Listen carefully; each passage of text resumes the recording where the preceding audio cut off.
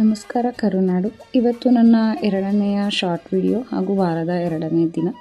ಇವತ್ತು ಆಫೀಸ್ ಕಡೆ ಅಲ್ಲದೆ ಕೆಲಸದ ಮೇಲೆ ಬೇರೆ ಕಡೆ ಹೋಗಬೇಕಾಗಿತ್ತು. So as usual auto book ಮಾಡಿದೆ.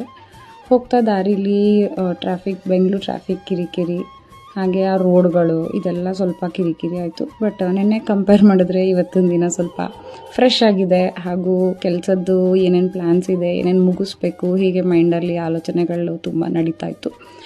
ಅದ್ರ ಮಧ್ಯ ಬೇಗ ಮನೆಗೆ ಬರಬೇಕು ಅನ್ನೋದೊಂದು ಇತ್ತು ಇವತ್ತು. ಸೊ ಆಟೋ ಅಣ್ಣ ಸ್ವಲ್ಪ ಮಾತಾಡಿದ್ರು ನನ್ನ ಜೊತೆ. ಆ್ಯಂಡ್ ಅವ್ರ ಕಷ್ಟಗಳು, ಅವ್ರದ್ದು ಬೆಂಗಳೂರಲ್ಲಿ ಹೇಗೆ ಜೀವನ ಇದೆ, ಆ ರೋಡ್ಗಳು ಹೇಗಿದೆ, ಆ ಟ್ರಾಫಿಕ್ಗಳು ಹೇಗಿದೆ, ಆಮೇಲೆ ಅವ್ರನ್ನ ಫೈನ್ ಡಿಮ್ಯಾಂಡ್ ಹೇಗೆ ಮಾಡ್ತಾರೆ, ಇದೆಲ್ಲದ್ರ ಬಗ್ಗೆ ಕಷ್ಟಗಳನ್ನ ಹಂಚ್ಕೋತಾ ಇದ್ರು.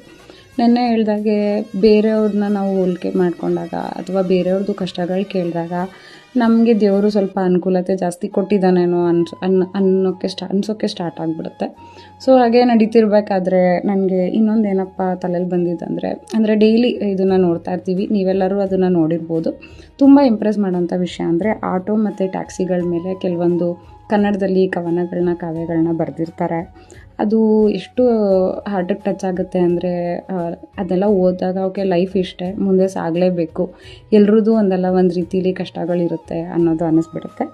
ಸೊ ಇದನ್ನೆಲ್ಲ ನೋಡಿದಾಗ ನಾವೊಬ್ಬರೇ ಕಷ್ಟಪಡೋರಲ್ಲ, ಎಲ್ಲರೂ ಕಷ್ಟಪಡ್ತಿದ್ದಾರೆ ಅನಿಸುತ್ತೆ. ಮತ್ತು ಇನ್ನೊಂದು ಏನಪ್ಪ, ಕಂಪ್ನೀಸ್ಗಳ ಬಗ್ಗೆ ಹೇಳೋದಾದರೆ ನಮ್ಮಂಥವ್ರು ಅಂದರೆ ಮಿಡಲ್ ಕ್ಲಾಸ್ ಫ್ಯಾಮಿಲಿಯವರು ಕಂಪ್ನೀಸ್ಗಳಲ್ಲಿ ಕೆಲಸ ಮಾಡ್ತಾ ಇರ್ತೀವಿ. ಕೆಲವ್ರದ್ದು ಕಂಪ್ನಿಗಳನ್ನ ಹೋಲಿಸ್ಕೊಂಡಾಗ ನಮ್ಮಂಥವ್ರು ಮಾಡೋ ಕಂಪ್ನಿಗಳಲ್ಲಿ ಅನುಕೂಲತೆಗಳು ಇರ್ಬೋದು, ಕೆಲವೊಂದು ವ್ಯವಸ್ಥೆಗಳಿರ್ಬೋದು, ತುಂಬಾ ಅಷ್ಟು ಅನುಕೂಲವಾಗಿರೋದಿಲ್ಲ.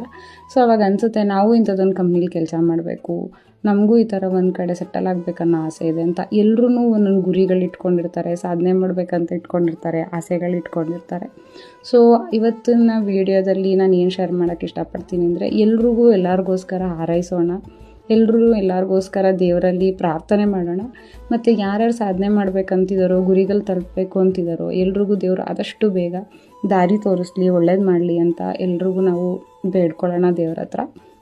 ಆ್ಯಂಡ್ ಎಲ್ಲರೂ ಈ ಭೂಮಿ ಮೇಲೆ ಕಷ್ಟಜೀವಿಗಳೇ, ಒಂದಲ್ಲ ಒಂದು ರೀತಿ ಎಲ್ಲರನ್ನೂ ಕಷ್ಟಜೀವಿಗಳೇ. ಸೊ ಎಲ್ಲ ಥರ ಸಾಧನೆ ಮಾಡೋರಿಗೆ, ಎಲ್ಲ ಥರ ಕಷ್ಟಪಡೋರಿಗೆ ದೇವರು ಬೇಗ ಆಶೀರ್ವಾದ ಮಾಡಲಿ ಅಂತ ಹಾರೈಸುತ್ತಾ. ಆ್ಯಂಡ್ ನಿಮ್ಮಲ್ಲಿ ಯಾರಿಗಾದರೂ ಕವನಗಳನ್ನ, ಕಾವ್ಯಗಳನ್ನ ನನ್ನ ಜೊತೆ ಹಂಚ್ಕೋಬೇಕಂತಿದ್ರೆ ನನಗೆ ತುಂಬಾ ಖುಷಿಯಾಗುತ್ತೆ ಅದನ್ನು ನನ್ನ ರೀಲ್ಸಲ್ಲಿ ನಾನು ಅಳವಡಿಸ್ಕೊಳ್ಳೋಕ್ಕೆ. ಸೊ ದಯವಿಟ್ಟು ಕಮೆಂಟ್ ಮಾಡಿ, ಹಾಗೂ ನನ್ನ ಚಾನಲ್ನ ಲೈಕ್ ಆ್ಯಂಡ್ ಸಬ್ಸ್ಕ್ರೈಬ್ ಮಾಡಿ. ಬದುಕು ಜಟಕಾ ಬಂಡಿ, ಒಂದೇ ಮಾತರಂ.